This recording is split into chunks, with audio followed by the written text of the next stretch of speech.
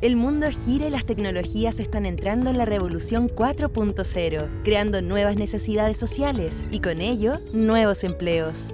En el CFT San Agustín estamos preparados para este salto y por eso te invitamos a enfrentar nuevas oportunidades. Generando servicios integrales en el desarrollo y soporte de aplicaciones para distintas áreas de trabajo. Creando soluciones tecnológicas de conectividad y continuidad operacional en entornos empresariales y trabajo en el hogar. Dando protección y seguridad informática corporativa, pública y privada, proveyendo experiencias en áreas de las comunicaciones, publicidad, diseño y marketing, desarrollando softwares interactivos en proyectos para empresas y equipos emprendedores, supervisando, operando y manteniendo sistemas de automatización y control de procesos industriales. Conectémonos al nuevo mundo y sé parte de la evolución tecnológica. Únete al CFT San Agustín.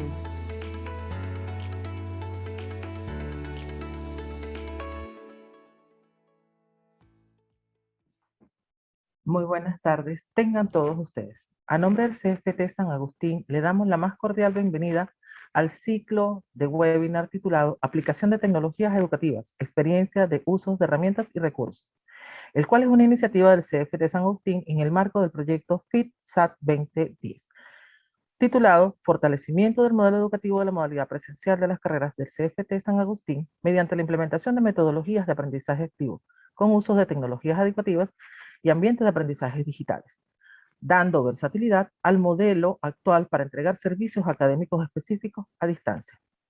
Hoy compartiremos el cuarto webinar, que corresponde al tema titulado Reflexiones sobre el impacto de las TIC en la vida de las instituciones de educación. Agradecemos desde ya la participación de todas las personas que se han conectado hoy en día a esta actividad que se desarrolla en la plataforma Zoom, y en especial a nuestro ponente invitado, a los directores y jefes de carrera de las 4 sedes, docentes y estudiantes. Reflexionar sobre el impacto de las TIC en la vida de las instituciones es un elemento bien importante que cobra relevancia en estos tiempos. Vamos a través del recorrido que vamos a hacer durante esta presentación, conocer cuál es el potencial didáctico que nos ofrecen las tecnologías y cómo desde esta perspectiva debemos reinventar nuestras clases y nuestra participación también como actores que estamos dentro del proceso como estudiantes o futuros profesionales. Veremos también los nudos críticos en la profesionalización, tanto del personal docente como de los futuros egresados de esta casa de estudios. Estimados invitados, queda con ustedes la vicerrectora académica Jessica Gómez. Y luego compartiremos con nuestro ponente. Muy buenas tardes, gracias Magrigen. Es para mí un placer nuevamente estar en estas instancias. Este es el cuarto webinar de sensibilización y tal como tú señalabas, es un proyecto que instala un nuevo paradigma en la institución que es parte también del aprendizaje que ya llevamos en el tránsito de lo que ha significado fortalecer el uso de tecnología educativa y ambientes de aprendizaje digitales. Es nuestro deseo, ¿cierto?, de que esta serie de webinar y los talleres que vamos a desarrollar próximamente de manera más específica con algunas tecnologías sean principalmente aprovechados y entendidos por parte de la comunidad educativa en este nuevo desafío que nos convoca el escenario actual y futuro. Es por ello que esta ponencia viene también a cerrar también un capítulo en que se nos pone de contexto justamente los impactos y los requerimientos que va a tener, ¿cierto?, el proceso de cambio en las personas. La hemos sufrido a fuerza al comienzo, pero yo creo que hay de eso que rescatar el aprendizaje, pero también es ponernos también de frente a un proceso de cambio que se nos viene y que se nos exige en el mundo laboral y profesional, en donde no podemos hacer una vista gorda, tenemos que enfrentarla con esperanza y con optimismo, como siempre lo hemos hecho en la institución, y por lo tanto creemos que es la tremenda oportunidad de seguir acuñándolo. Felicitamos allá a los docentes y estudiantes que han desarrollado el curso que está disponible para ustedes en el ambiente del portal estudiante o el portal docente del curso digital, en las cuales se ponen justamente a prueba estos conceptos, estas consideraciones que hemos hecho en términos de tomar decisiones institucionales, en términos de enriquecer nuestra puesta en escena del modelo educativo. El proceso de enseñanza-aprendizaje tiene variadas alternativas. Creemos y hemos apostado que haciéndolo en el paralelo de desarrollar estas competencias digitales es el mejor camino para que el proceso de ambientes de aprendizaje sea enriquecido con una variedad de otros recursos que los ya habitualmente conocidos. y por lo tanto hay que despertar la curiosidad, no atreverse a meter las manos, a atreverse a perderle el miedo al uso de las tecnologías en un contexto concreto, que es poner en el centro el aprendizaje del estudiante, y obviamente eso va también en el aprendizaje que el docente tiene en estos nuevos escenarios.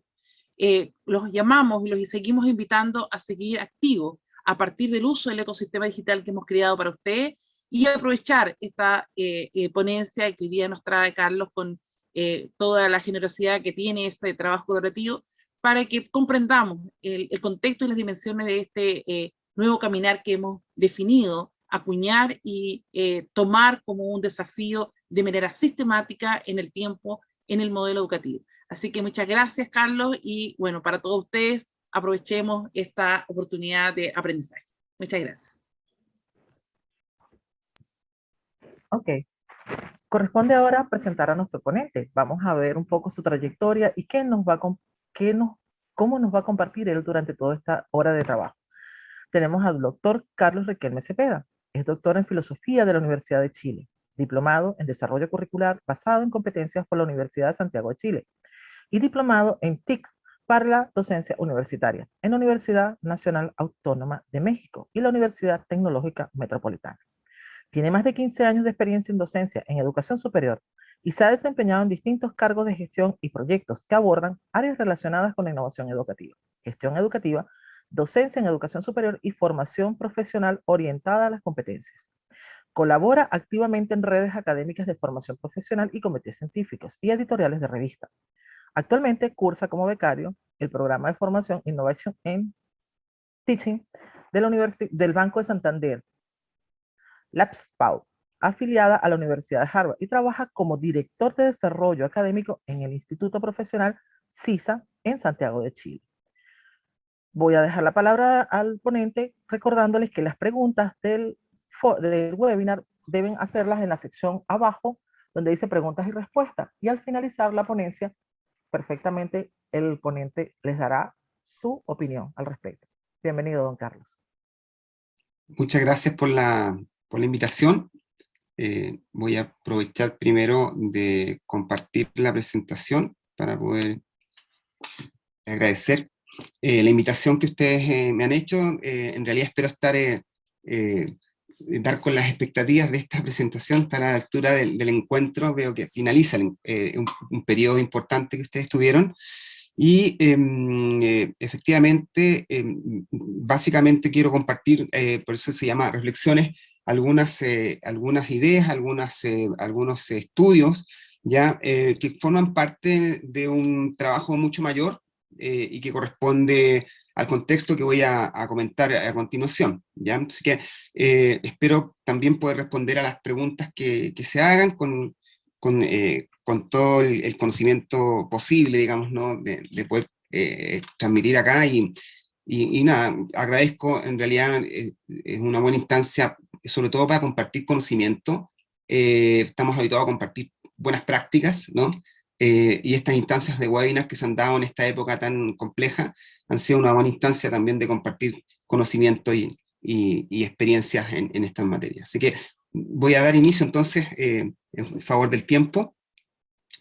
Bueno, la invitación me pilla, digamos, en un momento bien interesante, en un contexto institucional. Yo, como bien se dijo ahí, soy parte de una institución que lleva 50 años, casi más de 50 años, efectivamente, en el país, que es el Instituto Profesional CISA, o el Instituto de Ciencias Tecnológicas CISA.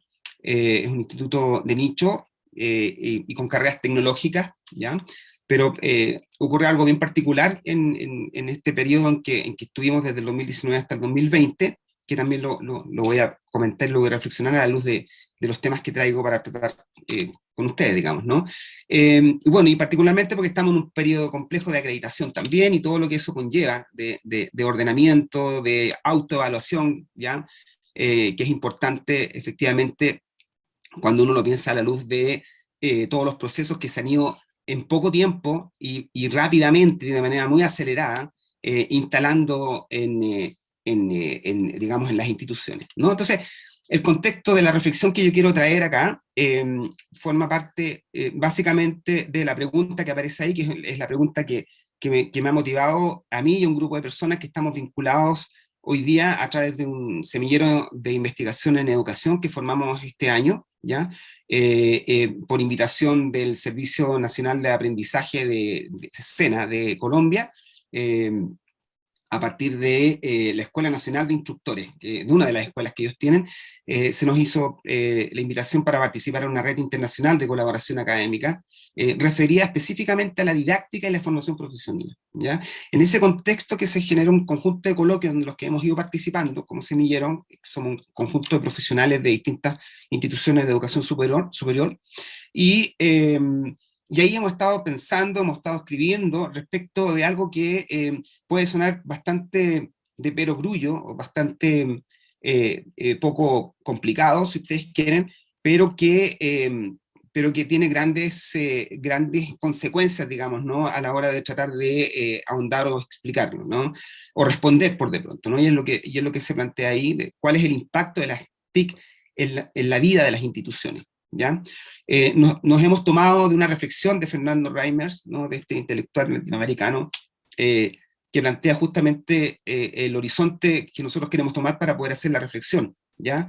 Y que tiene que ver con la práctica educativa, ¿no? Como el resultado de las expectativas compartidas de todos nosotros, ¿no? Todos los que participamos en estas instancias formativas. Están las normas, artefactos y prácticas que definen cómo la educación se entiende ampliamente en una sociedad, ¿no? Y esto es importante, esta reflexión, porque cuando nos estamos preguntando cuál es el impacto de las TIC en la vida de las instituciones, lo que hay detrás de esa pregunta básicamente es qué es lo que nosotros estamos entendiendo, qué hemos ido entendiendo a partir del 2019 como educación, como formación vocacional, formación profesional, y qué es lo que vamos a entender a partir del próximo año, el 2022, ¿ya? Fueron 2 años de muchas convulsiones, muy convulsionado, digamos, ¿no? En términos de la toma de decisiones institucionales, ¿ya? Y todo ese proceso nosotros lo queremos estudiar en este grupo, porque efectivamente queremos sacar lecciones de aquello y queremos ver fundamentalmente cómo va a impactar, y por eso hablamos de la vida, ¿no? En 2 ámbitos fundamentales de las instituciones. El primero, evidentemente, el desarrollo docente, en los profesores, ¿no?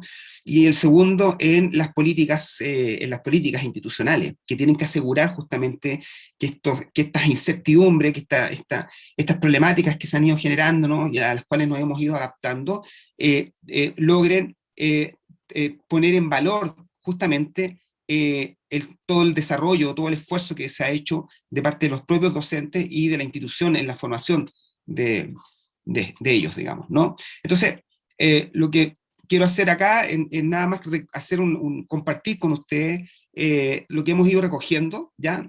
Con base a informes que recopilamos, a estudios que hemos hecho, pero sobre todo en base a entrevistas, ¿no?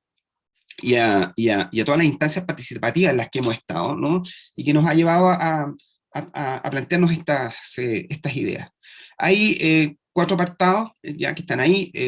Voy a tratar de ser breve con cada uno de ellos, ya están condensados porque es mucho lo que hay, pero voy a avanzar con base en lo que siento yo que es lo más importante, que tal vez puede servir de provecho para poder generar la discusión, ¿no? O sea, la intención que yo tengo básicamente es instalar la necesidad de discutir para actuar, ¿ya?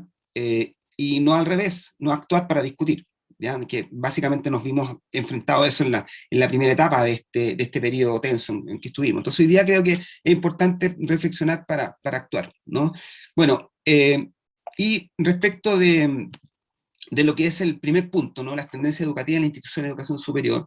Bueno, a poco andar que se inicia el trabajo nuestro, bueno, efectivamente nos dimos cuenta que había un concepto que está enmarcado en amarillo ahí, que nos iba a perseguir y que nos persigue todavía y que perturba, respecto de cómo veníamos haciendo las cosas hasta el año 2019. Hay que pensar que nosotros además estamos sobrecargados, ciertamente, en todo lo que nosotros hicimos, en todo lo que nosotros cambiamos, por los temas sociales, por el conflicto social que en Chile también emerge en el año 2019, ¿ya? Se junta con la pandemia, evidentemente, y ambas cosas van a detonar un sinfín de decisiones, ¿cierto?, que se tienen que abordar y que se tienen que tomar, ¿no?, institucionales, pero que van a impactar definitivamente en toda la comunidad, digamos, en estudiantes, ¿cierto?, egresados, docentes, ¿no?, administrativos, directivos, colaboradores. Entonces, claro, efectivamente en el 2020 prácticamente emerge este escenario ya con toda propiedad, donde uno no podría, como dice ahí, ciertamente imaginarse la importancia y el giro que iban a tener las tecnologías de información y comunicación. Ya con la cuarta revolución ustedes tienen que pensar que las tecnologías estaban impactando fuertemente, pero en especial eran los sectores productivos, ¿cierto?, propiamente tal, pero este sector, ¿cierto?, educativo, digamos, ¿no?, todavía no estaba metido, digamos, un 100% en todo lo que es esta trama, digamos, ¿no?, de situaciones y de uso de aplicaciones y de innovación en el ámbito de las tecnologías. Entonces, las TIC básicamente pasan a ser un pilar fundamental, ¿cierto?, de las formas de enseñanza, de las nuevas, yo destaqué ahí, ¿no?, de las nuevas formas de enseñanza y aprendizaje, ya nuevas, tal vez no porque se hayan inventado ahora, sino que más bien nuevas porque son a las cuales se recurrió para poder resolver la problemática que teníamos, y era justamente esta problemática de acelerar, ¿cierto?, el resguardo, ¿cierto?, de la calidad educativa, ¿no?, frente al distanciamiento físico y social en que estuvimos exigidos, ¿ya? Entonces pasamos de la educación tradicional, convencional, en la que estábamos y que las TIC nos acompañaban, ¿cierto?, y íbamos a una velocidad determinada, ¿no?, a una aceleración de la incorporación de las TIC, ¿no?, pero ahora con base en esta idea de poder salvaguardar la calidad de los aprendizajes. Entonces, finalmente, lo que está ocurriendo es que a partir de este distanciamiento, ¿no?, todo lo que estoy contando no es ninguna novedad, ustedes lo padecieron, en general todos lo vivimos, ¿no?, pero se comienza este uso de aulas virtuales, las famosas EVA, en los entornos también, ¿cierto?, virtuales de aprendizaje, y aprendizajes de herramientas tecnológicas, ¿no? Estas permiten efectivamente un elemento gravitante, ¿ya?, en este proceso, en este periodo de incertidumbre, que fue justamente mantenernos conectados, pero mantenernos conectados aprendiendo, y que es la problemática que existe y que persiste detrás de cualquier estudio, cualquier indagación respecto al impacto de las TIC, ¿no? Porque una de las cosas, y usted me imagino que también lo deben saber, que nos dimos cuenta, yo hablo de parte de un instituto tecnológico, ¿no?, que efectivamente no éramos tan tecnológicos como parecíamos ser, y la generación a la cual estábamos educando tampoco lo era, ¿no? Entendiendo entonces esta idea de que la tecnología por sí misma no logra garantizar el aprendizaje, ¿no? Entonces, por eso que es importante todas las experiencias y todos los procesos que se dieron, ¿no?, tendientes a instalar modificaciones curriculares, de planes de estudio, ¿cierto?, y de formación de docentes, ¿no? El distanciamiento, por lo tanto, es un concepto gravitante para la discusión y para la reflexión. Bueno, los estudios digamos que aparecieron rápidamente, informes sobre todo, y nos toca ver informes bastante interesantes, uno del Instituto Internacional de la UNESCO para la Educación Superior, el informe COVID de 2020, ¿no?, COVID-19 2020, y básicamente, ¿por qué lo retomo aquí? ¿Por qué lo tomo? Porque efectivamente es la preocupación máxima que hay inicialmente frente a esta situación de incertidumbre, de pandemia, de distanciamiento, ¿no?, tiene que ver con que no es posible hacer una perspectiva, no es posible dar un diagnóstico respecto al futuro de nuestras relaciones, de nuestras formas de vínculo, ¿no?, habitual, ¿ya?, y los encuentros, obviamente, que empezamos a tener con nuestros estudiantes, con nuestros colaboradores, con nuestros docentes, queda restringido, queda limitado, ¿ya? Entonces, en general, las instituciones en el mundo, los países en el mundo, con base en manos de los ministerios, digamos, de educación, los ministerios pertinentes, abordan acciones que son estratégicas, ¿no?, de mecanismos, que finalmente pretenden garantizar, fíjense ustedes, algo que hasta ahora tampoco tal vez era tan crítico, ¿no?, el acceso, ¿no?, y las condiciones mínimas para poder brindar educación, ¿ya? Porque en el fondo, la preocupación que tiene la UNESCO hoy día, y que lo menciono más adelante también como un punto crítico, es básicamente que aquí en muchos casos se va a incrementar la desigualdad en términos de acceso, ¿ya? sobre todo porque estamos mediados por el mercado tecnológico y en su expresión más concreta por lo que es la Internet, ¿no? Entonces, en Chile también se generan informes, y uno muy importante también de la educación superior técnico profesional frente a la COVID-19, y que lo realiza la UDP, el Instituto de Estudios Integrados del Centro de Políticas Comparadas de esta universidad, y con el Consejo de Rectores, con Vertebral, ¿ya? Se realiza este estudio que es muy interesante. Yo recomiendo que lo vean, no, si es que no lo han revisado, y ahí efectivamente es importante, porque ahí ustedes pueden darse cuenta que la preocupación más bien está orientada a encontrar respuestas para abordar la problemática desde un marco comparativo con otros países. Y ahí una de las conclusiones más grandes, y eso también pone en juego las decisiones institucionales respecto de las tecnologías y cómo van a impactar, porque tiene que ver con la capacidad de inversión que pueden tener las instituciones. Estas dos instancias tienen que ver con un enfoque centralizado y otro que no es centralizado, ¿ya? En Estados Unidos, efectivamente, lo que muestra el estudio es que se adoptó el enfoque descentralizado, ¿no? Y dejando criterios de los estados, ¿no? En las medidas académicas y financieras para asegurar la continuidad de la formación técnico-profesional. No obstante esto, el informe plantea que en el sistema australiano, colombiano, español y británico, por ejemplo, las respuestas académicas y financieras, ¿no?, están alineadas desde el gobierno central, ¿ya? Lo mismo ocurre en Chile, ¿no? Si ustedes piensan, también se centralizó la ayuda, porque efectivamente frente digamos, a la pandemia sanitaria, lo que empieza a ocurrir acá es una pandemia también en términos de la disposición y la disponibilidad que cada una de las instituciones teníamos para poder darle continuidad a los estudios tal cual lo veníamos haciendo, ¿ya? Ahora, el Ministerio de Educación, bajo esta óptica o bajo esta lógica, ¿no?, va a desarrollar las políticas de acceso a la educación universitaria y técnico-profesional. Ustedes deben haber escuchado también la plataforma PES, por ejemplo, ¿no?, de acceso, la nueva plataforma que durante el año pasado estuvimos todas las instituciones trabajando para poder configurarla de manera adecuada y sobre todo poblarla, ¿ya? Y eso que tuviésemos que estar en un ejercicio permanente con el Ministerio, ¿cierto?, de aciertos y errores en muchas situaciones. Pero lo más interesante de esta lógica del Ministerio, que es centralizada, ¿cierto?, en primera instancia, es la creación de los instrumentos de acceso, ¿ya? La pandemia posibilitó y permitió algo que tal vez hubiese sido un poco impensado o problemático o no centralizado, sino que más bien cada institución podía tomar esa decisión, porque de hecho se toman individualmente, independientemente, y es aumentar la oportunidad de acceso del estudiante, de los estudiantes y las estudiantes, y a partir del reconocimiento de las trayectorias educativas y laborales, por ejemplo, ¿no? Estos instrumentos, por ejemplo, están preocupados de las notas de enseñanza media, ¿ya?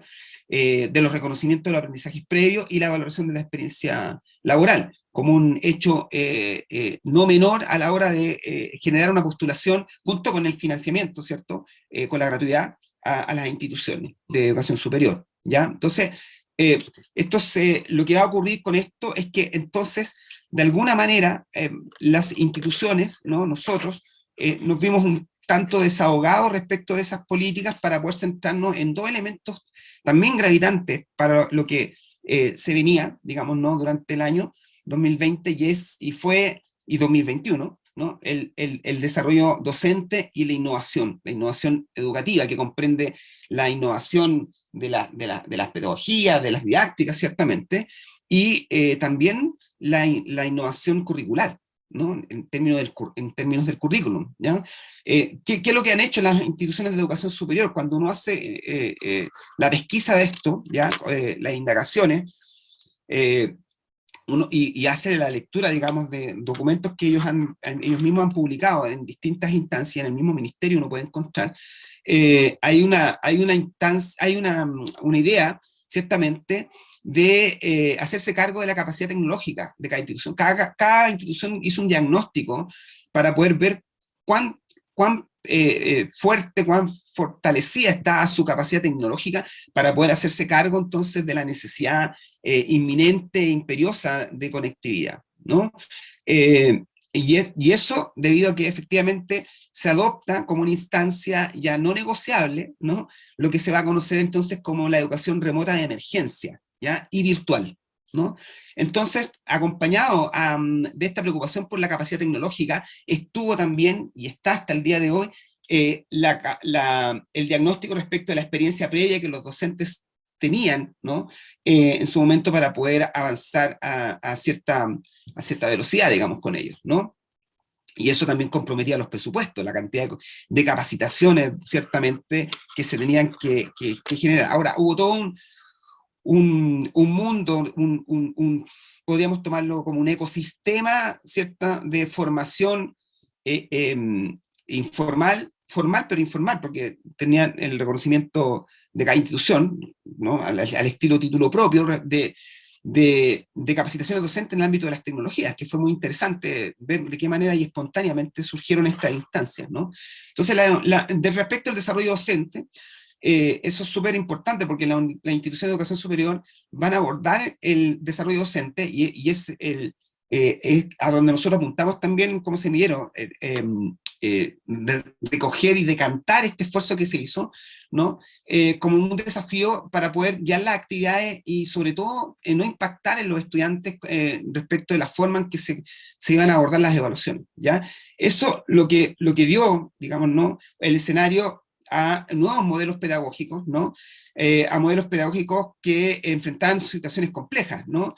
La aceleración de la disolución de la clase como tal, porque la clase como tal, como la veníamos conociendo, ¿no?, ¿cierto? Como los docentes la practicaban, como los docentes venían concentrados ya, digamos, desarrollando ciertas actividades, se disuelve, ¿cierto? El taller también, las prácticas y los laboratorios, ¿no? Y todo queda, digamos, en las plataformas virtuales, ¿no? Y lo que eso hace, fundamentalmente, es la consolidación del distanciamiento, ¿ya? Todo eso consolida el distanciamiento y también favorece, en algún sentido, en algún grado, ¿no? Favorece este eje de preocupación por la forma en que se iban a abordar, entonces, los enfoques, los modelos, modelos, enfoque, las escuelas, las tradiciones de formación docente. Todo lo que tenga que ver, todo lo que tenía que ver con la formación docente, había que ponerlo entonces en perspectiva, con base justamente en lo que estaba ocurriendo, y es en esta consolidación del distanciamiento a través del uso de plataformas virtuales, ¿ya? Entonces, ahí, desde la perspectiva y desde la percepción docente, ¿ya? Entra en juego entonces la corresponsabilidad de los docentes, ¿ya? Y por lo tanto, desde esa perspectiva, por ejemplo, en el caso de CISA, nosotros abordamos en el 2020 comenzar a trabajar en una política de profesionalización del ejercicio, digamos, de la práctica de la docencia en educación superior, ¿ya? Configurar, y trabajamos en un nuevo perfil del docente nuestro, que tenía esa impronta de ser un profesional de la docencia independientemente del vínculo que tuviese con nosotros, ¿no? La idea era justamente poner en valor todo lo que el docente tenía, traía, sabía, conocía, ¿no? Para poder garantizar la validación, ¿cierto? La evaluación, la validación de esos conocimientos, buscando efectivamente la profesionalización de este tema, reconociendo que efectivamente es una dimensión importante que ya llegó y quedó alojada, digamos, ¿no?, en los perfiles docentes que se venían trabajando, ¿ya? Desde la perspectiva de la innovación, en este propósito, obviamente comenzamos las instituciones, ¿ya? Y me imagino que ustedes también vivenciaron ese proceso, a hablar de innovación pedagógica y de innovación académica, ¿no? La llegada de las TIC a nuestros institutos, a la educación superior en general, lo que hace es exigir de alguna manera un desarrollo importante de las estrategias de enseñanza y la revisión, evidentemente, de todas las teorías y prácticas de cómo venimos evaluando, ¿ya? Sobre todo porque la evaluación auténtica, la evaluación formativa, la evaluación de desempeño, incluso la evaluación valorativa, digamos, tiene como base la confianza, la confianza, ¿no? Entonces, que es un tema también bien importante respecto de este futuro escenario que viene a partir de 2022, ¿no? Entonces, pensar un modo nuevo desde la perspectiva de la innovación académica para poder cimentar, sellar, dejar, digamos, de manera concreta ciertos mecanismos que apoyen la innovación pedagógica, apoye toda la intención que tienen los docentes de innovar a través de ciertos, de diversos elementos, digamos, implicados en el proceso educativo, ¿no?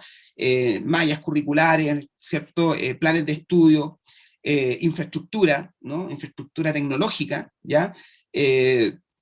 Y el papel que toman, que van a cumplir los profesionales dedicados a la educación, ¿cierto? Que van a dar las condiciones para que los docentes puedan desarrollar su actividad y los estudiantes también, de los colaboradores que van a permitir que a través de estas plataformas que generan relaciones y encuentros, ¿no? Entre docentes y estudiantes, ¿no? Eso también se vuelve parte de lo que se entiende como la innovación académica, ¿ya? Que era algo que también, de alguna manera, había que levantar y había que rescatar. Aquí quiero hacer un paréntesis, ¿ya? Rápidamente. Hay que recordar que los cambios desde la perspectiva de la innovación ya habían comenzado, ¿no? El modelo basado en competencias y los diseños curriculares. Recuerden ustedes que la institución educativa se replantearon muchas cosas, ¿cierto? Respecto a la formación profesional con este nuevo paradigma de aprendizaje para el desarrollo de las competencias, ¿ya? Veníamos todavía en ese proceso, incluso algunas universidades con mucha dificultad, todavía con discusiones medias bizantinas respecto a la pertinencia de esta educación para la formación profesional, ¿ya? No así nuestras propias instituciones que son absolutamente profesionales, digamos, ¿no? Están vinculadas a la formación vocacional. Por lo tanto, este nuevo paradigma ya concitó una cierta dificultad. Recuerden que todo este proceso partió en la década de los 90 con la Declaración de Bolonia, ¿cierto? Aquí hago un recordatorio solamente, ¿no? Donde se sientan las bases para la nueva visión de la educación en Europa, en América Latina y después posteriormente en Chile.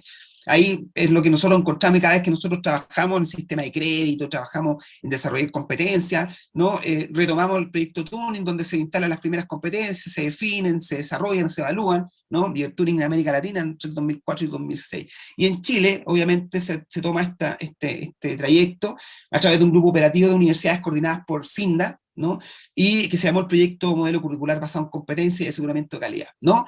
Todo esto ya había generado un escenario de cambios, de transformaciones a estandarizaciones, ¿cierto? En ciertos procesos y de búsqueda de propósitos que fomentaran y de instancias que fomentaran justamente el aprendizaje con base en estos famosos resultados de aprendizaje, ¿ya? Se empezó a hablar de, en vez de competencia, de por competencia, orientado a las competencias, dada evidentemente que no se cumplía con todas las indicaciones para poder desarrollar todas las actividades con base en este nuevo paradigma, digamos, ¿no? Pero ya de alguna manera estaba ese cambio asumido, estaba siendo de alguna manera asumido, nos estábamos situando en eso, cuando, ahí cerró el paréntesis, ¿no? Para volver, cuando llega entonces como digo, este primer episodio que se dio a través del conflicto social, digamos, ¿no? De la emergencia, del conflicto que hubo en Chile, y después a poco andar con la pandemia, ¿no? Y bueno, y ahí es donde se pone en valor y se pone en juego el potencial didáctico de las tecnologías. Recuerden que yo había comentado recién que las TIC, primero están las tecnologías, digamos, ¿no? Las tecnologías básicamente apuntaban e impactaban nuestra vida personal, individual, digamos, ¿no? Y las TIC a poco andar empezaron a impactar en las instituciones de educación superior, ¿no? Pero siempre como una forma complementaria de poder fortalecer y reforzar estos modelos, ¿cierto? Situados en los paradigmas de aprendizaje que se buscan por el desarrollo de competencias, ¿no? Ahora, en este periodo, ya lo que nosotros nos hemos dado cuenta como semillero es que hablar de potencial didáctico de las tecnologías incluye ciertamente hablar de varios elementos que son concomitantes a los cambios que se dieron de manera espontánea, ¿ya? Bueno, hay un autor que es Garrison, dos autores, digamos, Garrison y Anderson, que ya en el 2005 se hablaba de los nuevos desafíos para el conocimiento humano y los retos del sistema de educación respecto a las tecnologías, ¿no? A partir de la emergencia en el año 2000 prácticamente de la cuarta revolución, la Internet de las cosas, ¿cierto? Y todo lo que eso implicaba, y la globalización, por supuesto, con toda su posicionamiento, digamos, ¿no? En términos de comercio y de grandes transacciones, digamos. Entonces, esto hizo suponer dos cosas, como dicen estos autores, y esto es interesante entonces para entender por qué nosotros hablamos y por qué creemos que es necesario pensar para recoger lo que hay y que perdure respecto del potencial didáctico de las tecnologías, ¿no? Haciendo el hilo hacia atrás, recuerden que la importancia que nosotros, o que particularmente en estas discusiones que hemos tenido, le hemos ido dando a estos 2 años, breves 2 años, ¿no? De la irrupción de las tecnologías y el impacto tiene que ver con la capacidad que tiene la institución hoy día primero, de poder consolidarlas vía modificaciones institucionales, ¿no? Política institucional, ¿ya? Resguardando entonces evidentemente este otro punto, este otro aspecto que es la profesionalización del quehacer docente, la profesionalización, ¿ya? Vinculado siempre a este ámbito y a este ámbito de dominio tecnológico, ¿ya? Lo que insisto yo, no significa desarrollar la docencia utilizando con el uso de tecnología, no es docencia con base en la tecnología, ¿no? Eso es lo que acá un poco más adelante quiero explicar. Entonces, en función de eso, estos señores, ¿no? Ya veían en el 2005 que habían dos suposiciones, o se podían suponer dos cosas respecto de la invasión, por decirlo de alguna manera, de la tecnología en la educación. Los avances de las tecnologías, de las TIC, digamos, ¿no? Y la adopción en el mundo académico, y eso es súper importante, siempre van a ir más deprisa, siempre han ido más deprisa que la comprensión que nosotros podemos tener como usuarios. Por eso, este fenómeno, ¿no? En el 2020, prácticamente que nos dimos cuenta que no éramos tan tecnológicos como nosotros creíamos. El uso habitual de la tecnología era muy limitado, ¿no? Además, entonces, lograr enseñar, lograr conseguir un aprendizaje, lograr tener evidencia de que ese aprendizaje a través de la evaluación, se consigue a través de, mediado por las tecnologías de la información y las comunicaciones, ¿no? Escapa nuestra comprensión, en algún sentido, por la velocidad en la que ocurren las cosas, ¿no? De cómo usarlos, sobre todo, respecto a la experiencia educativa. Otro asunto importante, que por eso el autor nos interesa, porque lo retomamos, y que encontramos que es muy pertinente a lo que está pasando ahora. Lo que hizo esto y lo que hizo el año 2019-2020 es que nos permiten presagiar la aparición de una nueva forma de gobernanza, ¿ya? Porque efectivamente la forma en que la gente se vinculaba respecto de las directrices, ¿no? De los mecanismos, las políticas, ¿no? Institucionales para poder hacerse cargo de la calidad de los procesos educativos cambia, ¿no? Entonces, hoy día se exige que las instituciones se replanteen estas estructuras y procesos, ¿no? Y en ese sentido, no cambian solamente estas formas de aproximarse a la profesionalización de los docentes, ¿no? Lo que cambia también es una forma, entonces, de observar a los directivos que están a cargo, insisto yo, de los procesos que permiten el encuentro entre los docentes y los estudiantes, ¿no? Porque puedo tener un docente muy empoderado en las tecnologías, muy capacitado, con mucha disposición, un estudiante muy ávido de estar instalado en estas nuevas estrategias, digamos, ¿no? Pero si no tengo a los directivos, ¿cierto? Con habilidades de gestión del cambio y con liderazgo renovado respecto de ser el conservero, ¿cierto? De este encuentro, de este espacio común de encuentro, ¿no? Lo que implica entonces que yo también entro en un proceso de capacitación, ¿cierto? Y de evaluación de mis capacidades y de apoyo a esas habilidades que se requieren. Esto va a ser bien difícil, ¿no? O iba a ser bien difícil, ¿ya?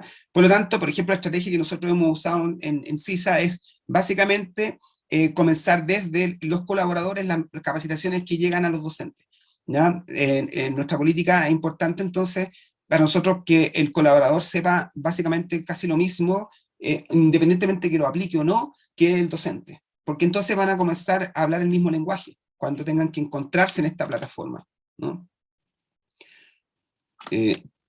Finalmente, ya, pero no como tercer punto, pero finalmente, para no explayarme más en esto, el impacto que tienen las TIC sobre la vida de las instituciones de educación superior es justamente el ejemplo. O sea, a esta conclusión podemos llegar, digamos, ¿no?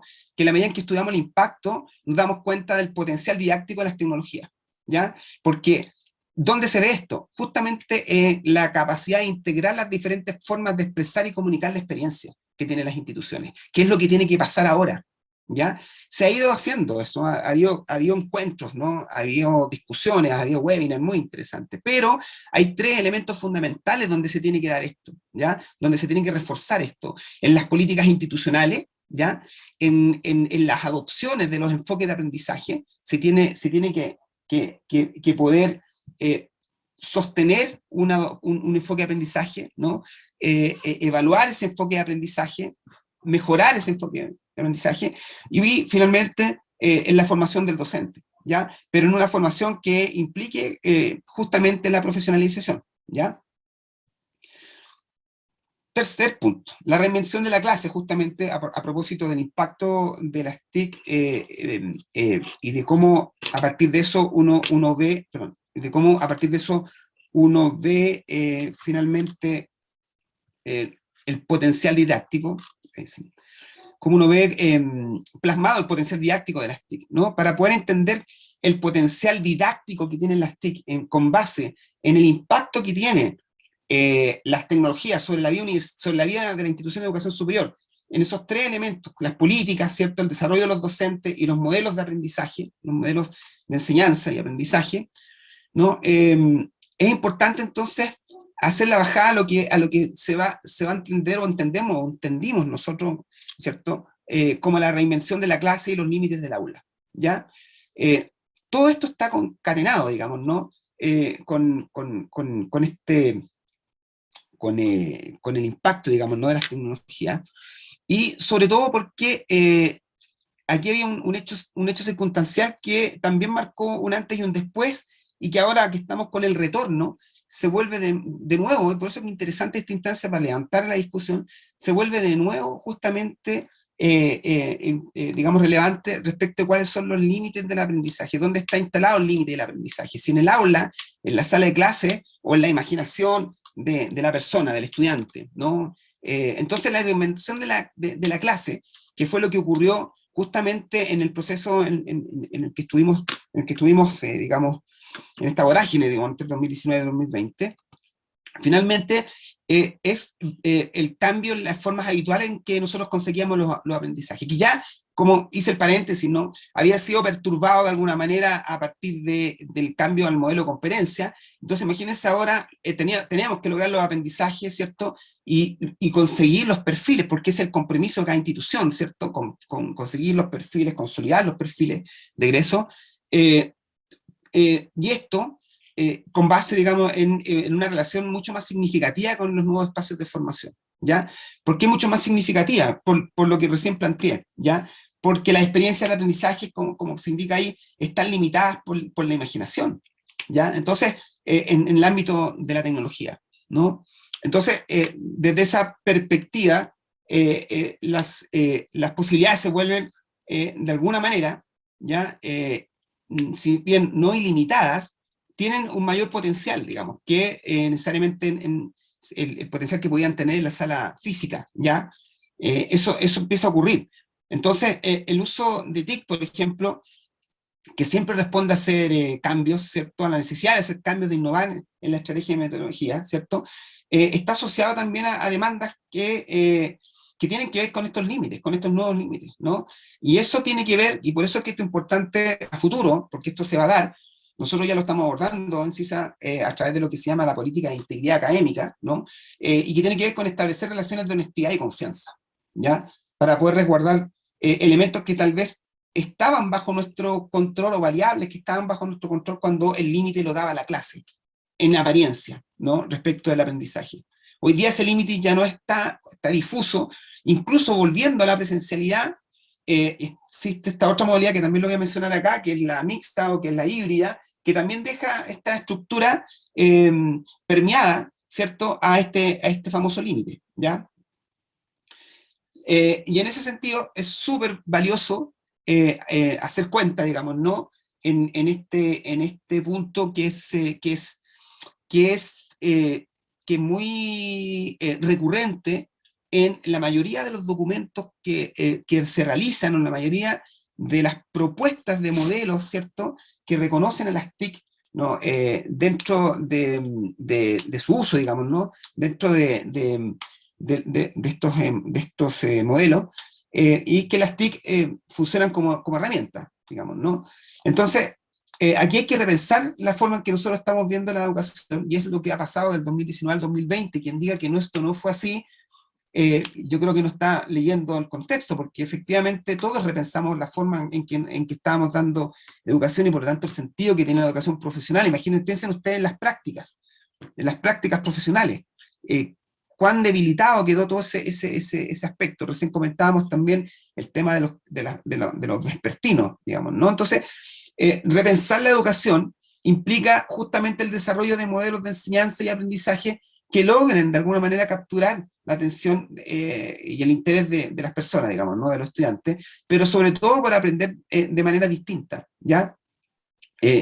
Y eso lo que quiero destacar, porque el uso de TIC como herramienta se supone, es de esperar, hay evidencia, ¿no?, hay estudios que así lo dicen, permitiría justamente lograr de una manera mucho más acelerada que los estudiantes logren adoptar las distintas modalidades con un interés particular, ¿ya? Las distintas tecnologías entonces deberían usarse como herramientas para acelerar los aprendizajes, ¿ya? Y esto es súper importante porque aquí lo vinculo con todos los procesos de profesionalización de la formación docente, porque es así como lo hemos ido abordando por de pronto en CISA, ¿no? La tecnología es una herramienta que acelera el aprendizaje, ¿ya? No es un simple canal para transmitir contenido, ¿no? Porque lo que pasó inicialmente, y en esto me imagino que la mayoría está de acuerdo, es que pasó lo mismo cuando pasamos al modelo de competencia. Los docentes seguimos haciendo lo mismo, pero de otra manera, ¿no? Pero no hicimos cambios sustanciales, seguimos pasando contenido muchas veces, y seguimos siendo conductistas muchas veces, pese a que declarábamos que trabajábamos por competencias, u orientados a las competencias, ¿ya? Acá pasa ese mismo fenómeno, ¿no? Seguimos transmitiendo contenidos, ¿no? Y dejamos la potencialidad que tiene Internet, perdón, que tienen las TIC como herramientas para acelerar los aprendizajes, ¿no? Y eso es porque efectivamente lo que falta es repensar la educación, ¿no? ¿Cuáles son las tendencias entonces a partir de este proceso, digamos, ¿no?, en que hay que repensar la educación? Este es un catastro de lo que hay ahora, de lo que se está dando hoy día, de lo que se está proponiendo, de lo que ustedes encuentran en el contexto, ¿cierto?, de respuesta, mucho más meditada, mucho más fortalecida también, ¿cierto?, a partir de evaluación ya que se ha hecho en este periodo, y son las modalidades presencial, pero en una nueva versión, que es la que nos va a tocar hacernos cargo a la vuelta, ahora que estamos volviendo, una modalidad presencial que no es volver a la normalidad, siempre va a estar asociado a este encuentro con la tecnología, ya eso es bien difícil que pueda retroceder, la modalidad de distancia y los modelos híbridos, ¿ya?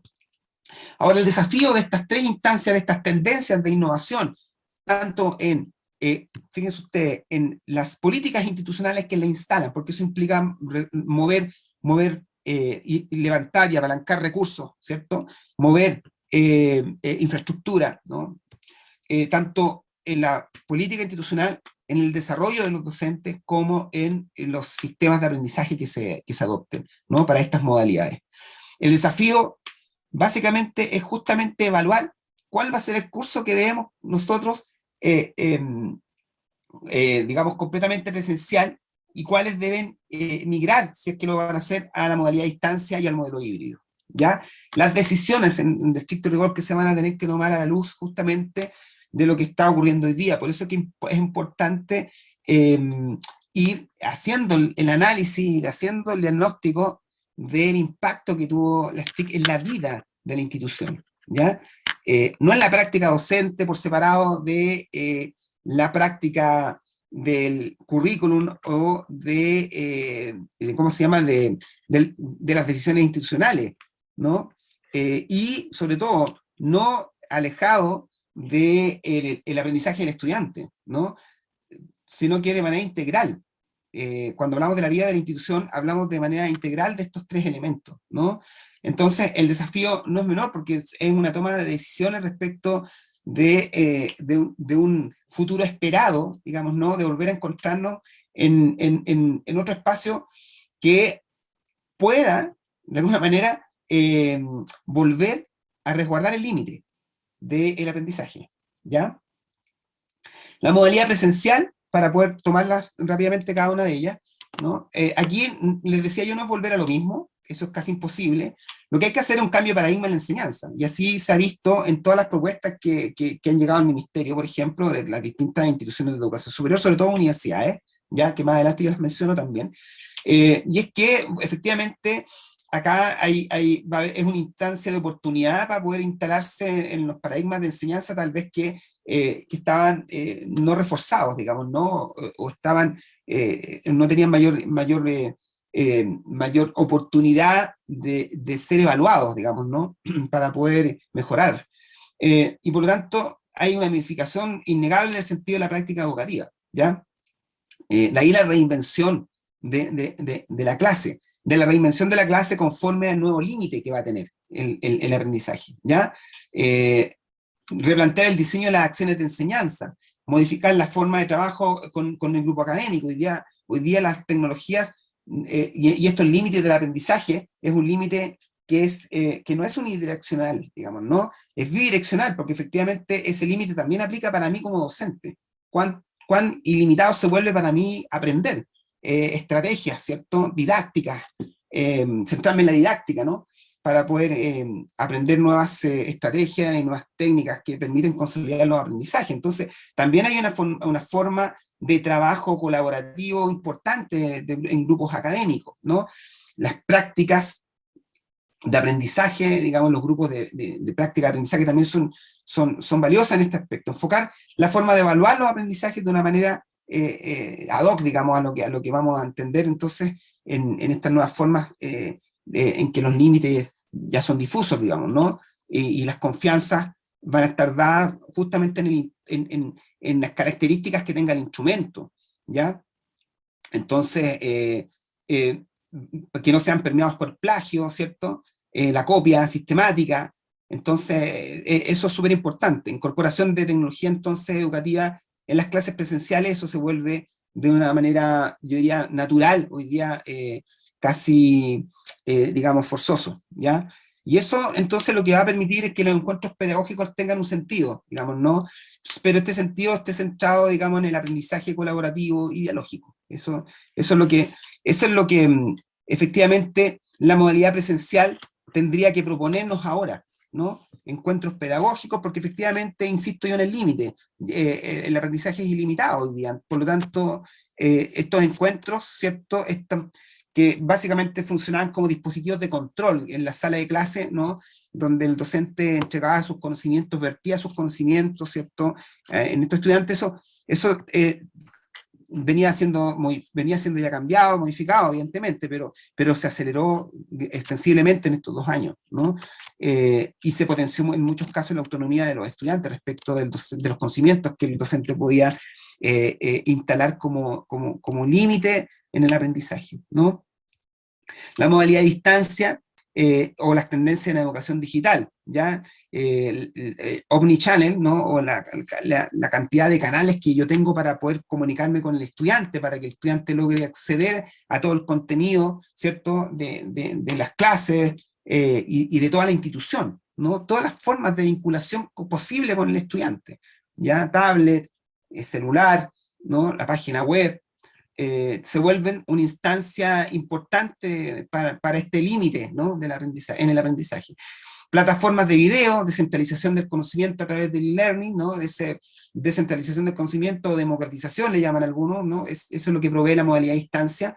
Piensen ustedes la cantidad de estudiantes que las universidades volvieron a sus regiones, y que, claro, imagínense ustedes el esfuerzo que significa para ellos volver a instalarse acá en Santiago. Entonces, la opción era, es quedarse en casa, allá, quedarse sin educación, porque no pueden volver, ya no tienen dinero para poder arrendar, o adoptar la modalidad de distancia con ellos, ¿no? El learning gratuito, digamos, que también eso es un desafío en la modalidad de distancia, el microaprendizaje, ¿no? La formación en directo, webinar, en fin, esto son diagnósticos que son descripciones y diagnósticos del contexto y del entorno que hoy día tenemos, lo hace el Tecnológico Monterrey en el 2021, ¿ya? Entonces, esta modalidad que está instalada, que hay propuestas sustanciales de ciertas instituciones. En Chile tenemos varias instituciones que adoptan este modelos online, lo fortalecen, lo potencian, digamos, ¿no? Claro, y se vuelve importante para conseguir los aprendizajes. Pero hay un modelo en particular que es una modalidad en particular que es la modalidad híbrida o mixta o blended, como se le solía llamar, hoy día se le llama HyFlex incluso, ¿no? Esta modalidad va a combinar la instrucción presencial con la instrucción online o sincrónico. Son estos escenarios en que tenemos a los estudiantes en la casa, y tienen clases de manera sincrónica, y ahí las opciones son que en esas instancias sincrónicas de conexión el profesor esté alojado en la instalación de nuestra institución, con un grupo de estudiantes, o no, digamos, ¿no? Esté el profesor ahí solamente. Entonces, combina clase presencial, ¿cierto?, al tiempo que la transmite en línea, ¿no? Como modo de participación. Es flexible, por lo tanto, ¿no? De hecho, nosotros le llamamos a una modalidad algo parecida en CISA, CISA Flex, y que fue justamente el cambio de todas las presenciales de manera muy rápida, antes de la pandemia. A propósito, nosotros estábamos en la zona cero, en el centro de Santiago, donde se detonó todo el tema social. Por lo tanto, tuvimos que cerrar rápidamente, y eso implicó generar una plataforma, fortalecer una plataforma que ya venía siendo ocupada, pero fortalecerla en términos de un uso distinto al que venía siendo natural a ella, y con un grado de flexibilidad en el currículum para el estudiante, en la posibilidad de aproximarse, digamos, ¿no?, ¿cómo se llama?, las actividades, ¿ya? Y por lo tanto, a eso le llamamos CISAFlex, digamos, ¿no? Entonces, con clases sincrónicas vía Zoom, empezamos a ocupar herramientas como Teams de Microsoft, para poder también vincular a los estudiantes con los docentes, y un sinfín de otras herramientas que se generaron.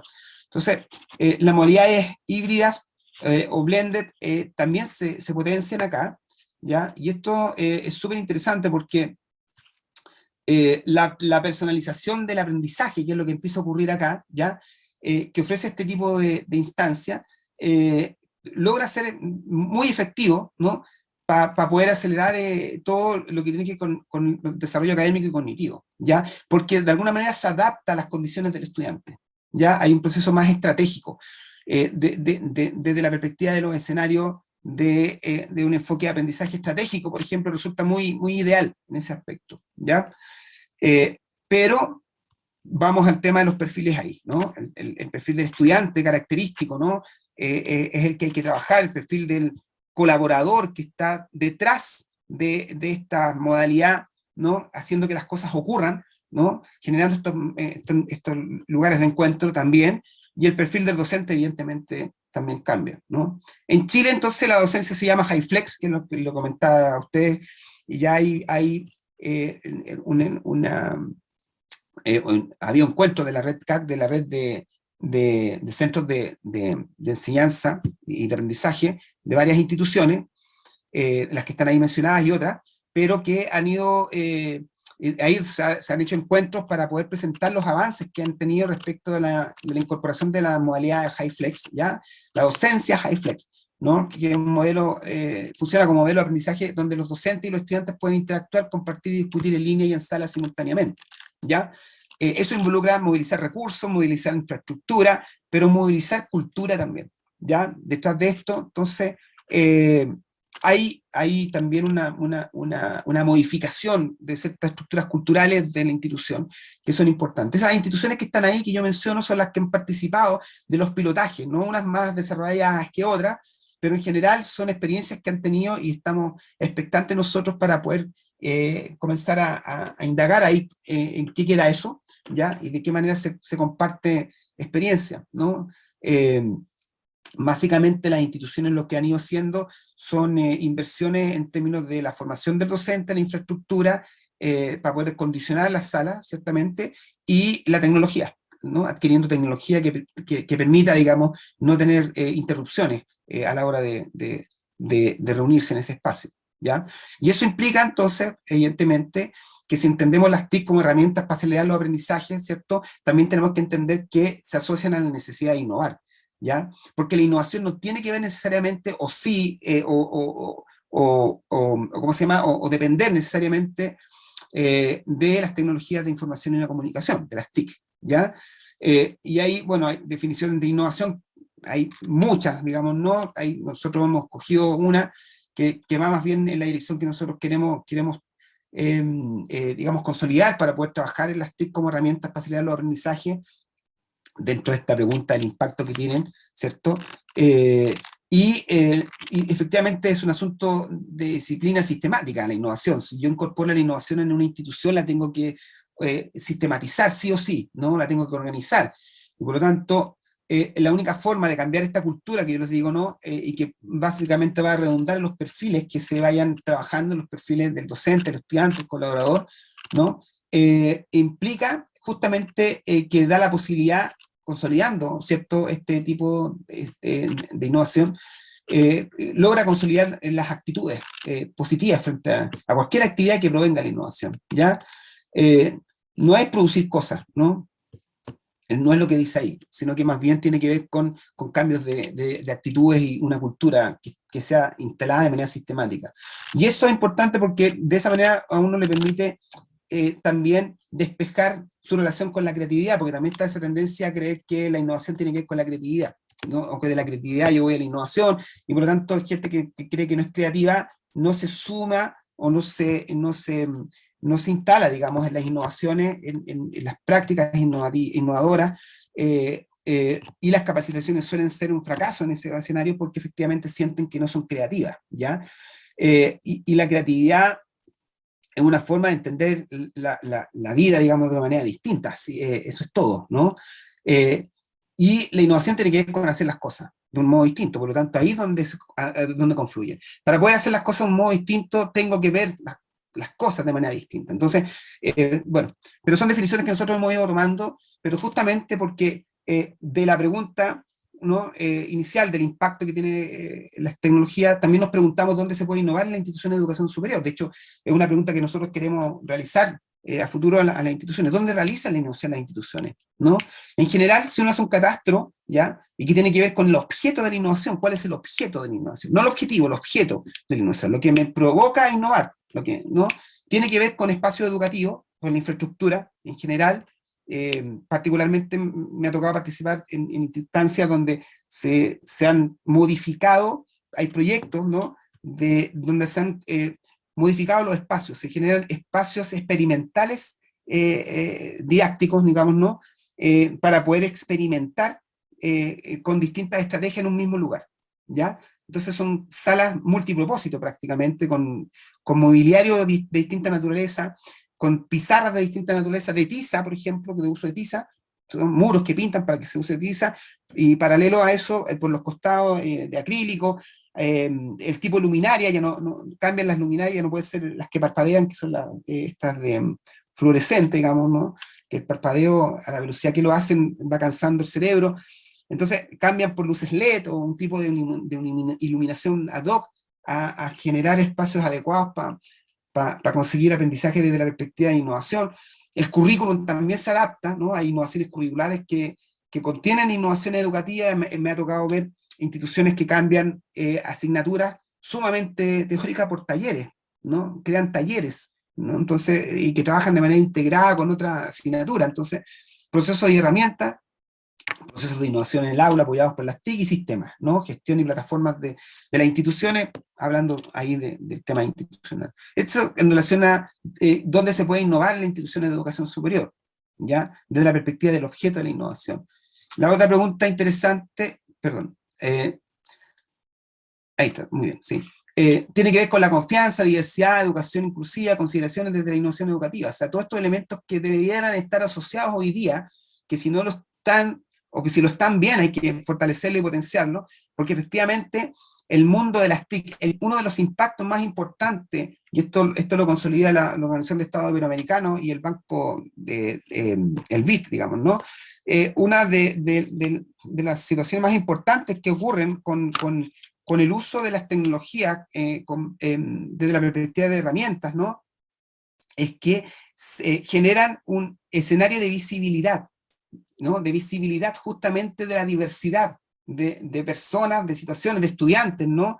Que básicamente eran invisibles para otros sistemas. Acá están, ¿no? Porque de alguna manera se invisibilizan los que habitualmente estaban y dan paso a los que no estaban, ¿ya? Y eso tiene que ver justamente con las confianzas, ¿no? Que dan los espacios, ¿no? Con la confianza que da lo ilimitado en el aprendizaje hoy día, ya no está resguardado al límite, no está resguardado la sala de clase. Entonces, es imposible hoy día no pensar en todos los cambios sin pensar en incorporar diversidad a la educación inclusiva, ¿no? Y todo lo que implica eso. Desde esa perspectiva hay ciertas sugerencias que nos dan la Organización de Estado Iberoamericano y el Banco y el BID, ¿ya? Involucrar a los estudiantes con problemas de la vida real y experiencias de aprendizaje activa, por ejemplo, brindar una variedad de recursos de instrucción, simulación, estudios de casos, videos y demostraciones, proporcionar espacios en línea, ¿no? Y en personas que, para los estudiantes, colaboren con compañeros instructores y desarrollar una cultura de integridad académica, ¿ya? Todas estas sugerencias que dan estas organizaciones tienen que ver justamente con entregar un decálogo, digamos, ¿no? De condiciones que posibiliten entonces garantizar la confianza en esta nueva forma de entender la educación, en la que estamos a puertas, ¿ya? A partir del 2022. Acá está la otra pregunta. ¿Cuáles serían los propósitos entonces de innovar en las instituciones de educación superior? Ya no estamos hablando del objeto de la innovación, ahora son los objetivos. ¿Cuál es el propósito que tenemos nosotros de innovar? Porque si recién dije yo que esto no tiene que ver, la innovación no va de la mano con las tecnologías. ¿Por qué estamos hablando de innovación? Bueno, porque recurrimos a la innovación justamente para poder utilizar las tecnologías como herramienta, ¿ya? Entonces, ¿por qué es importante esta pregunta? Porque efectivamente la respuesta tiene que ver con el objetivo de la innovación. Y aquí no podemos perder tiempo, ¿no? En discusiones bizantinas, ¿no? Aquí claramente depende de las necesidades de cada institución y de cada carrera, ¿no? Piensen ustedes en las dificultades, hoy día les comentaba yo, del retorno a las prácticas, la forma de evaluar las prácticas, ¿no? Conseguir prácticas es un hecho que quedó muy debilitado con la pandemia, ya se está retomando, ¿cierto? Y los ejemplos que hay respecto de cuáles son los propósitos están relacionados con los espacios educativos, las aulas con muebles móviles que faciliten el aprendizaje activo, ¿ya? Porque tiene que ver con la necesidad de la institución. Si yo, lo que les comentaba recién, si yo requiero tener otro tipo de sala para poder cautelar que los estudiantes puedan desarrollar sus actividades de práctica, lo voy a tener que hacer, el currículum, ¿no? Programas de asignaturas semestrales que establezcan modalidades integrales en su implementación, procesos y herramientas, ¿no? Aprendizaje basado en proyectos por medio de Teams de Microsoft, qué sé yo, sistema, formación personalizada en e-learning, ¿no? Las tutorías. Bueno, y las experiencias de innovación educativa en las instituciones de educación superior, nosotros finalmente llegamos a la conclusión, por decirlo de alguna manera, cuando comenzamos a abordar el impacto a partir, como les decía yo, de los informes y de las entrevistas que tuvimos con algunas personas vinculadas de distintas instituciones que están en el ecosistema educativo en Chile, ¿no? Tiene que ver con estos elementos que están acá, ¿ya? Y que nosotros los reunimos en palabras de algunos autores, ¿no? Primero, todas las experiencias de innovación educativa en las instituciones, ¿cierto? Por lo menos las que nosotros hemos consultado, es importante el propósito de la innovación, ¿ya? El propósito es muy importante, porque estamos hablando de transformar la realidad, ¿no? Para mejorarla, digamos, ¿no? Y eso implica un esfuerzo tremendo en modificar actitudes y metodologías, ¿ya? Que son las que intervienen en la enseñanza y en el aprendizaje. No basta cuando yo asumo entonces la innovación educativa como un elemento gravitante para poder determinar el impacto, ¿cierto?, de las tecnologías que han tenido las tecnologías. No basta con modificar un reglamento, ¿cierto?, con incorporar un presupuesto. Tiene que haber un cambio a nivel general, a nivel de infraestructura, ¿cierto?, que permitiría justamente, de infraestructura cultural, estoy hablando, ¿no? No de infraestructura física, de infraestructura cultural, que permita modificar las actitudes, ¿cierto?, y las metodologías que intervienen en estos procesos, ¿no? Consolidarlo es súper importante. Lo segundo que se destaca, digamos, en la mayoría de las instituciones hoy día, tiene que ver con las políticas de innovación. Tenemos que ser capaces de poder generar estos procesos internos, digamos, ¿no? Reconociendo la capacidad tecnológica que nosotros tenemos, ya eso también ya recién lo dije, digamos, ¿no? Acá lo digo en otro contexto, porque efectivamente es importante poner en valor la experiencia previa de los docentes, ¿no? Entonces, el reconocimiento de las capacidades tecnológicas de las instituciones me da el diagnóstico certero para poder decidir efectivamente las posibilidades de innovar con base en la necesidad real que yo tengo, ¿no? Y tercero, y esto es súper interesante porque básicamente recuerden que yo les había dicho que uno de los enfoques que en Chile se dio fue el centralizado para poder apoyar y aportar a la sobrevivencia, digamos, en esta incertidumbre, ¿no? Respecto de las oportunidades y los desafíos tecnológicos en la educación, el Ministerio de Educación se movió relativamente rápido, relativamente digo, ¿no? Actuó, digamos, ¿no? Pero básicamente en base a tres elementos gravitantes también para poder colaborar y con las instituciones, y por supuesto, claro, para poder después exigir también de retorno que las instituciones pudiesen ir garantizando la calidad de los procesos, ¿no? Y eso quedó plasmado, hubo un texto que es bien interesante que fue una recopilación de la modalidad de las actividades académicas del primer semestre del 2021, que era la propuesta que el Ministerio de Educación le pidió a cada una de las instituciones que pudiese reportar, que iba a implementar, ¿ya? Abiertamente, sin restricciones. Y por lo tanto, para eso se requirieron de tres elementos, digamos, ¿no? Se entregó una plataforma de enseñanza online para las instituciones que no disponían de esta herramienta. Eso fue muy interesante y visionario. Se le permitió acceder a este tipo de plataformas a instituciones que no tenían los recursos ni la infraestructura tecnológica suficiente para poder hacerse cargo de esto, ¿no? Hubo fondos para instituciones, ¿cierto?, destinados al desarrollo de proyectos de educación online, ¿ya? Para generar plataformas, para generar áreas de educación online, para poder desarrollar diseños instruccionales para poder hacer la transformación o instalarse en lo que después se conoce como transformación digital de los procesos académicos y docentes, ¿no?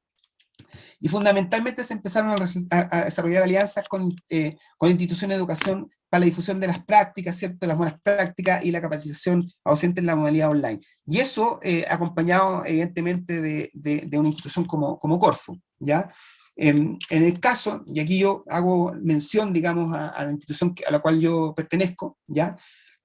Nosotros acudimos también a estas propuestas del Ministerio, porque como les decía anteriormente, siendo una institución muy tecnológica, muy instalada en la docencia, en tecnología, y destacados en el nicho de las tecnologías, ¿no? Con las carreras que nosotros impartimos en ciberseguridad, ingeniería informática, redes, conectividad, en el área de industria, qué sé yo, nos dimos cuenta efectivamente que las capacidades de aprender, de aprendizaje, ¿no?, de lograr aprendizaje con el uso de la tecnología eran más limitadas, ¿ya? Insisto, que una cosa era la tecnología respecto de su uso habitual en las organizaciones, ¿cierto?, en el mundo laboral, y otra cosa era conseguir los aprendizajes, consolidar los aprendizajes que estaban ya comprometidos con los estudiantes por parte de nuestros docentes. Entonces, ahí hubo dos instancias muy, muy interesantes. La primera, evidentemente, la ejecución de los programas de estudio de las carreras vigentes para la modalidad presencial fueron adaptadas al formato remoto, es lo que me comentaba yo, Flex. Se tomó la decisión de asumir, digamos, este desafío de ir a la modalidad Flex, ¿no?, con los estudiantes flexibles, porque estudiantes iban a tener sesiones sincrónicas en la semana, acompañadas de trabajo autónomo vía plataforma, la famosa entorno virtual de aprendizaje, el EVA, ¿no? Con una metodología que incorpora la experiencia de la asignatura práctica y con el uso de laboratorios virtuales, ¿ya? Y evidentemente con uso de la plataforma. Y por otra parte, un trabajo intenso que hemos venido haciendo desde el año 2020, donde yo asumí como director de desarrollo académico también, respecto de las habilidades de los colaboradores, de la comunidad en general en CISA, y del perfil docente, ¿ya? Para eso, porque el perfil docente lo adaptamos, lo cambiamos, lo renovamos respecto de lo que se espera hoy día de cualquier profesional de la docencia de educación superior, ¿ya? Por cuanto, fíjense ustedes, esto es súper importante, porque está formando un futuro profesional que tiene como desafío justamente estos 2 años, ¿no? Que tuvimos, ¿no? Van a llevar a cuesta a nuestros profesionales estos 2 años, quienes impartieron docencia acá, quienes lograron surfear en la hora tecnológica, digamos, ¿no? Van a poder transferir esa experiencia, esas habilidades, ¿cierto?, a sus estudiantes, y sus estudiantes en el ámbito de lo profesional, ¿no?, también van a poder resolver sus problemas, digamos, vinculados a lo disciplinario, bajo esta misma lógica, ¿ya? Entonces, mal habríamos hecho nosotros en mantener al mismo perfil, el mismo docente, ¿no?, pensando en que el contexto en el que va a estar instalado y situado el estudiante no, va a cambiar. De hecho, se hizo un cambio muy importante y que fue incorporar una asignatura para todos los estudiantes que entran a CISA a partir del 2020, que es habilidades para el aprendizaje digital, ¿no? Y eso garantiza entonces efectivamente que vamos a tener todo un lenguaje común respecto y ciertas habilidades a la base de nuestra formación respecto de lo que después podemos nosotros impactar como futuros profesionales, ¿ya? Entonces, ¿qué se hizo? Se hizo una política de profesionalización de la formación docente con esta lógica, ¿cierto?, con este nuevo perfil, una categorización docente, se implementó una categorización docente que es el reflejo de esto, ¿ya?, que busca evaluar al docente y posicionarlo en un tramo con base en este nuevo escenario, ¿ya?, con estas nuevas habilidades, ¿no?, que son más estratégicas, digitales, ¿no? Se abrió un curso de inducción docente, porque había que enseñar todo lo que estoy hablando yo a toda la comunidad, por lo tanto se crea un curso abierto de autoaprendizaje y abierto todo el año, un curso de inducción docente. Se hacen capacitaciones docentes en innovación y transferencia tecnológica, es un punto aparte que yo hago después de esto, para explicarlo, y se crea un diplomado en tecnología educativa aplicado, que ya estamos en la segunda versión, y que tiene esas mismas características que yo estoy comentando, reviste esas mismas características que están relacionadas con la profesionalización del trabajo docente con base en el nuevo contexto en el que estamos, ¿no?, de habilidades digitales, ¿cierto?, relacionales, socioemocionales, ¿no?, todas habilidades que están ahí y que van fortaleciendo el vínculo con este nuevo escenario y con nuestros nuevos estudiantes, ¿no? El rediseño del sistema de evaluación también, que garantiza justamente lo que viene abajo, la política de integridad académica. Se está pensando aún, se está trabajando aún en la forma en que estamos evaluando para poder ir generando lo que nosotros entendemos una infraestructura ética en el instituto, ya a partir de una política de integridad académica que permita difundir una cultura de la honestidad, ¿ya? Entonces, si queremos estudiantes honestos, nosotros tenemos que actuar de manera honesta con nuestros instrumentos evaluativos y no forzar a que los estudiantes terminen copiando porque hay un exceso de contenido, un exceso de situaciones que son inabordables, digamos, ¿no? Don Carlos, ¿le puedo Sí, interrumpir? sí, por Es favor. que estamos ya sobre tiempo, a ver si podemos Voy ir. terminando. Ya. Por favor, gracias. Ya, voy terminando entonces, muy bien. Bueno, estoy llegando al final, los nuevos críticos, ¿no? Los nuevos críticos son los desafíos que nos plantea estas situaciones, ¿no?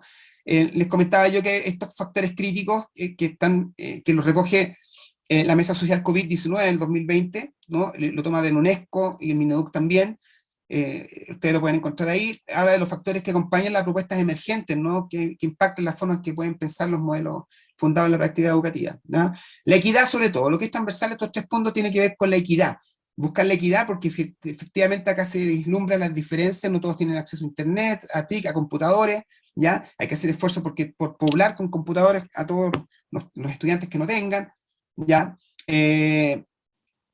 Otro nudo importante, y es importante relevar, que hay nuevas habilidades profesionales, ¿cierto? Saber, y esto tiene que ver con saber cuándo y para qué seleccionar los distintos recursos y mantener la conexión con los estudiantes, por ejemplo, a través del aprendizaje colaborativo y el estímulo del aprendizaje autónomo, ¿no? Hay que trabajar el aprendizaje autónomo, hay un nudo crítico. Y fundamental también como un nudo crítico es la validez y el reconocimiento del mercado laboral, ¿no? De las nuevas certificaciones o las credenciales académicas, pero no universitarias, ¿no? Las nuevas credenciales, ¿ya? Que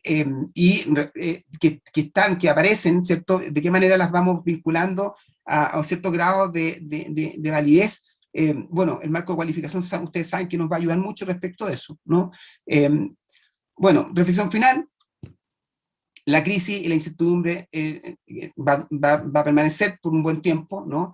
Las nuevas tecnologías van a estar, y se plantea de 4 o 5 años más, un escenario interesante en materia de, imagínense, inteligencia artificial, realidad mixta, analytical learning, ¿no? Pero sobre todo existe este escenario como una oportunidad, ¿ya? Para poder consolidar entonces el uso efectivo de las TIC, ¿ya? Es un recurso muy importante porque nos permite personalizar las prácticas docentes, que es el ejercicio que estamos haciendo en el instituto, ¿no? Ahí es importante aprovechar la ventaja de personalizar. Muchas gracias. Ahí justo estaba terminando. Agradezco la paciencia. Gracias, don Carlos. Jessica. Vamos, tengo dos preguntas, pero es que tenemos una presión por razones de que tenemos que salir de las instalaciones. Entonces, la voy a hacer muy breve. Nos preguntan que es posible traspasar de la educación por competencia a la educación por competencia a la educación básica y media, de manera a movilizar a los estudiantes en el aprendizaje del lograr saber, más que perseguir un simple objetivo como una buena calificación. Sí, sí, de hecho es un esfuerzo que hay que hacer, ¿ya? Mira, hay una problemática porque tenemos un sistema muy desarticulado, ¿ya? La educación técnica, cierta educación secundaria y científico-humanista y técnica está absolutamente desarticulada de la educación superior. Ya el esfuerzo que está haciendo el Ministerio de Educación con el marco digamos, y la instancia pertinente, digamos, ¿no? Con el marco de cualificaciones, tratan de subsanar este propósito. Pero el problema que tenemos, básicamente, y es el mercado educativo, porque el mercado educativo, no lo voy a poner así, busca resguardar clientelas, digamos, ¿no? Por decirlo de alguna manera, y eso hace incompatible este acto de colaboración, ¿ya? Con otras instancias superiores para poder trabajar en conjunto en pos de un sistema articulado basado en competencia. Es así de simple. ¿Por qué? Porque en el fondo básicamente funciona por sistema de cuota el sistema educativo. Entonces, los estudiantes tienen que tendríamos que abrir situaciones que tienen que ver con obligar a las instituciones a abrir la puerta para estudiantes, ¿ya? Al estilo de gratuidad. ¿Por qué? Porque tienen que articular, o sea, vienen cursos de 40 estudiantes, de 20 estudiantes que van a venir articulados a una institución, a instalarse en una institución de educación superior, y efectivamente bien, excelente, pero la capacidad que pudiera tener esa institución para poder generar esa articulación es lo complejo. Ahora, bueno, en pocas palabras, pero sí, debiera existir, se debiera poder hacer el currículum, ya, las bases curriculares del colegio debiera estar recogida después en el currículum universitario, ya, pero hay un desconocimiento del currículum universitario respecto a las bases curriculares muchas veces, y ahí tenemos entonces hoy día el primer año, en todas las instituciones de educación superior está el primer año crítico, que es el año remedial, el año de recomposición de los aprendizajes del estudiante. Hay esfuerzo. La Universidad Federico Santa María, yo sé que hoy día está abriendo carreras técnicas con ingreso libre para los estudiantes que quieran, que vengan de colegios técnicos y que ingresen por ahí y después postulen a sus carreras universitarias, porque ya están trabajando por competencia, ellos no colocan notas, ponen porcentajes, por ejemplo, ¿no? De aprobación. Entonces eso también, ¿cómo llevamos un sistema de calificación distinto al colegio? Es complejo, pero ese esfuerzo se tiene que dar, porque en general en otros países se trabaja, eso en Colombia, por ejemplo, hay un desarrollo muy importante de eso. Eso.